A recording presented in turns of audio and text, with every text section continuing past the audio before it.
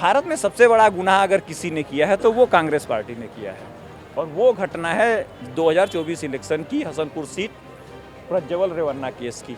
बिल्कुल सही बोल रहे हैं ना, बिल्कुल एकदम सही आकलन कर रहे हैं। राहुल गांधी के ऊपर खुद लगा हुआ है बॉस।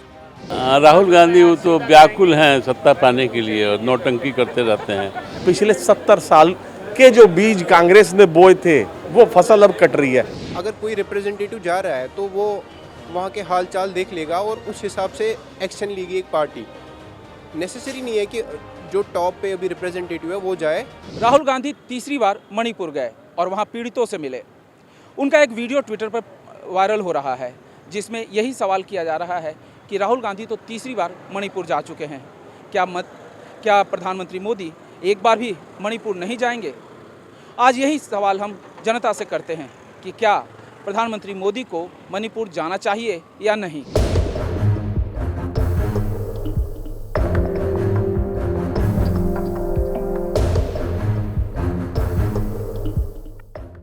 राहुल गांधी जो है मणिपुर गए हुए थे और उन्होंने एक पोस्ट किया है जिसमें यह है कि राहुल गांधी तीसरी बार मणिपुर गए और वहाँ के विक्टिम जो हैं उनसे मिले हैं, लेकिन अभी तक प्रधानमंत्री मोदी एक बार भी नहीं गए हैं। तो क्या मोदी को जाना चाहिए या नहीं जाना चाहिए? नहीं जाना चाहिए, बिल्कुल नहीं जाना चाहिए। Let me correct something. देखिए, मणिपुर जो है वो कम्युनल वायलेंस है, ठीक है, और भारत में जो कम्युनल वायलेंस हुए उसकी हिस्ट्री बहुत ही खतरनाक है। मैं बैक शुरू करता हूँ 2002 गोधरा कांड है, उसके बाद मोदी जी गए थे, क्या हुआ सबको पता है, ठीक है। सहारनपुर दंगा, अखिलेश यादव गए थे, उसके बाद क्या हुआ सबको पता है। पीछे आ जाइए 91-92 बाबरी मस्जिद वाला, क्या हुआ था सबको पता है।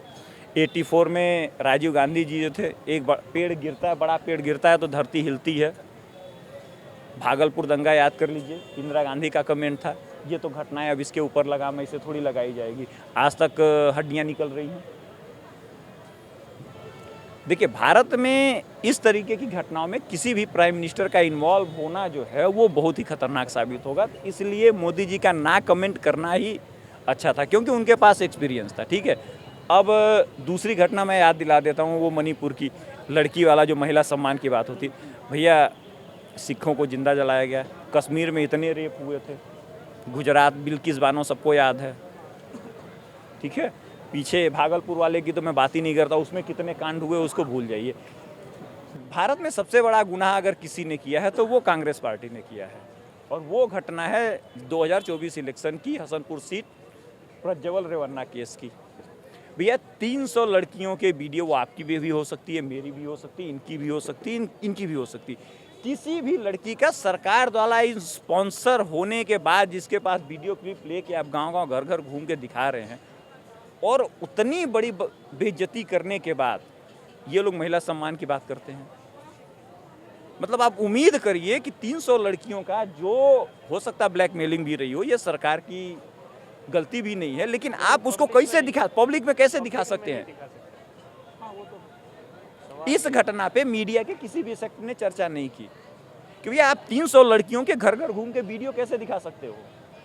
और हम अब कांग्रेस वाले बात करने आ जाते हैं मणिपुर पे कि भैया उनके साथ, भैया कम्युनल वायलेंस में और इस घटना में तो बहुत अंतर है ना। आपको एक लड़की का दिख गया, आपको 300 लड़कियों का जीवन नहीं दिखा। आपका सीएम इन्वॉल्व है, आपका एमएलए इन्वॉल्व है, आपका मंत्री इन्वॉल्व है, आपके कार्यकर्ता इन्वॉल्व है। ये वही पार्टी कर सकती है कि जिसका कि अध्यक्ष जो है वो पास्को एक्ट का मुलजिम है। इस बात पे बिल्कुल सही बोल रहे हैं ना, बिल्कुल एकदम सही आकलन कर रहे हैं। राहुल गांधी के ऊपर खुद लगा हुआ है बॉस। दूसरे की बात छोड़ो, राहुल गांधी जब अमेठी के सांसद थे तभी उनके ऊपर ये आरोप लग चुका है। तो राहुल उन्होंने अपने एफिडेविट में ये चीज मेंशन की हुई है कि भैया मेरे ऊपर ये एक्ट लागू है, इसकी सुनवाई चल रही है, केस चल रहा है। तो उस पार्टी के लोग इतनी गिरी हरकत करने के बावजूद भी आ जाते महिला सम्मान की बात करने, जिन्होंने एक लड़की की इज्जत मायने रखती, 300 लड़कियों की इज्जत मायने नहीं रखती उनके लिए। इसमें एक घटना हुई थी जो कम्युनल वायलेंस थी, यहाँ तो पर्दे के पीछे घटना हुई थी और आप घर घर घूम के दिखा रहे थे, किसी ने कोई सवाल ही नहीं उठाया। तो चूंकि मेरे देश की हिस्ट्री इतनी खतरनाक है, जो हमको जन्मजात सिखाया गया वो झूठ ही पढ़ाया गया है। भैया, ये लोग सबसे पहले अंबेडकर साहब और नेहरू लियाकत पैक्ट उसके धुर विरोधी थे। यही था ना नेहरू लियाकत पैक्ट का मतलब कि जैसे मसला शांत होगा कंप्लीट माइग्रेशन कराया जाएगा। भैया अभी लोग सुरक्षित नहीं, इनको रहने दीजिए। अगर ये नहीं था तो 1956 तक लोग आपस में माइग्रेट होते रहे हैं, जाके हिस्ट्री उतार के देख लीजिए। रोका गया ना यहाँ पे। भैया वोट दिया इन्होंने, सीटें दी 87%, वोट दिया इन्होंने 96.3%। तो जब तक आप अपने देश में एक सिमिलर लॉ नहीं ला सकते तो इस तरीके की घटनाएं होती रहेंगी। और राहुल गांधी ने तो कहा है कि मैं केरोसिन का तेल छिड़का जा चुका है हर जगह पॉकेट में। इसका मीनिंग ही यही होता है कि जब हम चाहेंगे तब दंगा भड़काएंगे। कांग्रेस का काम ही है दंगा भड़काना। कांग्रेस जितने भ्रष्टाचारी लोग हैं, जितनी पार्टियां, सारे के ऊपर भ्रष्टाचार का आरोप लगा है। इतिहास में पहली पार्टी आम आदमी पार्टी, जिसके पार्टी के ऊपर केस हो गया। आप सोच सकते हैं कितना भ्रष्ट हैं वो लोग, कितने भ्रष्ट हैं। उनके मुख्यमंत्री तिहाड़ में बैठे हैं, पार्टी के ऊपर अलग आरोप लग गया, वो भी मुलजिम बन गई है। आप उनसे क्या उम्मीद कर सकते हैं, क्या विकास कर सकते हैं दिल्ली? देखिए अरविंद केजरीवाल, मैं बता देता हूँ, देखिए अरविंद केजरीवाल आरोपी नंबर 37 है और उनकी पार्टी आरोपी नंबर 38 है। ठीक है, तो मुझे उम्मीद है कि 17 तारीख को होने वाली सुनवाई में अरविंद केजरीवाल को जमानत मिल जाएंगी, क्योंकि उन्होंने फैसिलिटी प्रोवाइड की है। ठीक है, ये हमारे जो भारत का कानून है उसको सीधी सीधी भाषा में दलाली बोलते हैं। ठीक है, जो कि तो इनका वो है, हाँ, जो कि मतलब साधारण सी बात है, कोई काम करना था, मैंने कहा हाँ यार वो मेरा दोस्त है उसका काम कर दे, तो इस पर कोई बहुत बड़ा मैटर नहीं होता। जब आम आदमी पार्टी कन्विक्ट होगी तभी अरविंद केजरीवाल को सजा होगी, अदरवाइज उनके सजा होने के चांस नहीं है। दूसरे नंबर पे इस केस का सारा जारो मदार जो है वो मनीष सिसोदिया के ऊपर जाने वाला है। पुरानी फिल्मों का ये 2 डायलॉग याद आ गए मेरे को। एक प्राण की कोई पिक्चर देख रहा था, नाम मैं भूल गया, तो उसमें शायद विनोद खन्ना था, तो वो बोलता है साले तेरे जैसे क्रिमिनल 2 कौड़ी के नाली के कीड़े छोटे मोटे क्राइम करके इतना समझदार अपने आप को समझते। सोच जब मेरे जैसा पढ़ा लिखा आदमी क्राइम करेगा तो क्या हालत होगी तुम्हारी। तो ठीक वही अरविंद केजरीवाल जी हैं।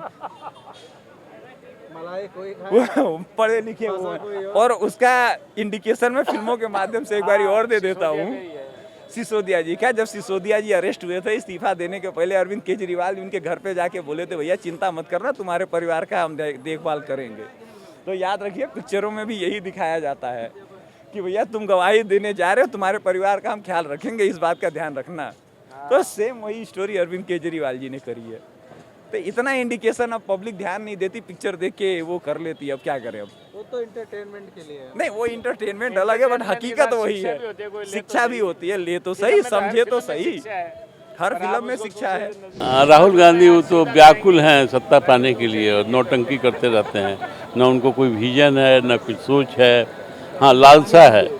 उनको लगता है कि राजा का बेटा राजा होता था और मैं भी जो है हमारे नाना परनाना बाबा पिताजी माँ, इसलिए मुझे भी हो जाना चाहिए, और इसी में व्याकुल हैं वो। और लोगों का जो है इंडिया गठबंधन में इस बार 99 हो गए, तो उनको लगता है कि हम बहुत आगे बढ़ गए। लेकिन वैसा उनमें कोई, जब तक कांग्रेस का नेतृत्व नए व्यक्ति को जो मौका नहीं देगी उनसे कुछ होने वाला नहीं। लेकिन जैसे यहाँ सवाल ये है कि क्या ऐसी घटना जब होती है तो जाना चाहिए या नहीं प्रधानमंत्री को? होम मिनिस्टर को जाना चाहिए, प्रधानमंत्री सब जगह जा नहीं सकते। प्रधानमंत्री जाने से कोई सोल्यूशन तो होगा नहीं, प्रोपगंडा होगा, प्रोपगंडा होगा। प्रधानमंत्री के जाने से कोई सोल्यूशन नहीं होगा। हाँ, इच्छा शक्ति के साथ सरकार प्रयास कर रही है और सोल्यूशन जो है होगा।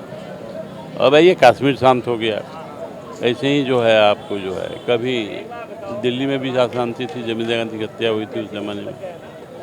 तो ये तो एक वहाँ का हालात बने हैं जो सॉर्ट आउट होगा। सरकार भी इसमें सोच में है, होम मिनिस्टर गए हैं और प्रयास हो रहा है। देखिए, मणिपुर में जो हो रहा है वो कब से हो रहा है?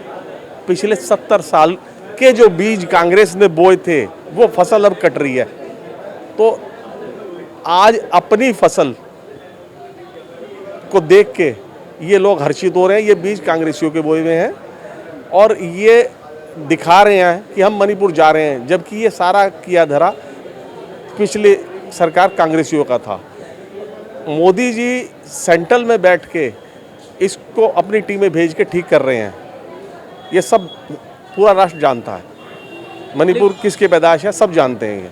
लेकिन एक आज कहा जाए तो देश के प्रधानमंत्री हैं, वो जब किसी बात को कहते हैं, कहीं जाते हैं, तो वहाँ से वहाँ के लोगों का मनोबल बढ़ता है, चीज़ें होती हैं। तो क्या प्रधानमंत्री मोदी को एक बार जाके उन लोगों का हालचाल पूछना नहीं चाहिए? नहीं, आपका कहना बिल्कुल ठीक है कि वहाँ जाना चाहिए, पूछना चाहिए, लेकिन उससे महत्वपूर्ण कार्य अगर जो चल रहे हैं तो पहले उन्हें भी करने में कोई बुराई नहीं है। मणिपुर बाद में चले जाएंगे। मणिपुर के लिए जो रेमेडी चल रही है वो अपने आप में पर्याप्त है। और जितना आप जैसे कांग्रेस जो कर रही है, ठीक है, मैं कोई पार्टी को सपोर्ट या कुछ ऐसे अगेंस्ट नहीं बोल रही, पर मैं ये ज़रूर कहना चाहूँगी कि आपको लोगों के साथ रह के ही पता चलेगा कि उनकी असली तकलीफ़ क्या है। आप सुनी सुनाई बातों पे नहीं मान सकते कि वहाँ पे क्या चल रहा है। तो अगर आप खुद इन्वॉल्व होंगे जाके, तभी आपको पता चल पाएगा। तो मुझे लगता है कि हमारी पार्टी जो है रूलिंग पार्टी, उनको थोड़े ऐसे असिस्टेंस करनी चाहिए वहाँ जाके, जिससे कंडीशन बेटर हो। राहुल गांधी अभी तीसरी बार मणिपुर गए हैं और वहाँ विक्टिम जो वहाँ के थे, जो उनसे मिले हैं, और उनका एक वीडियो भी पोस्ट हुआ है जिसमें जो है ये दिखाया जा रहा है। साफ संदेश ये है कि प्रधानमंत्री मोदी को भी वहाँ जाना चाहिए।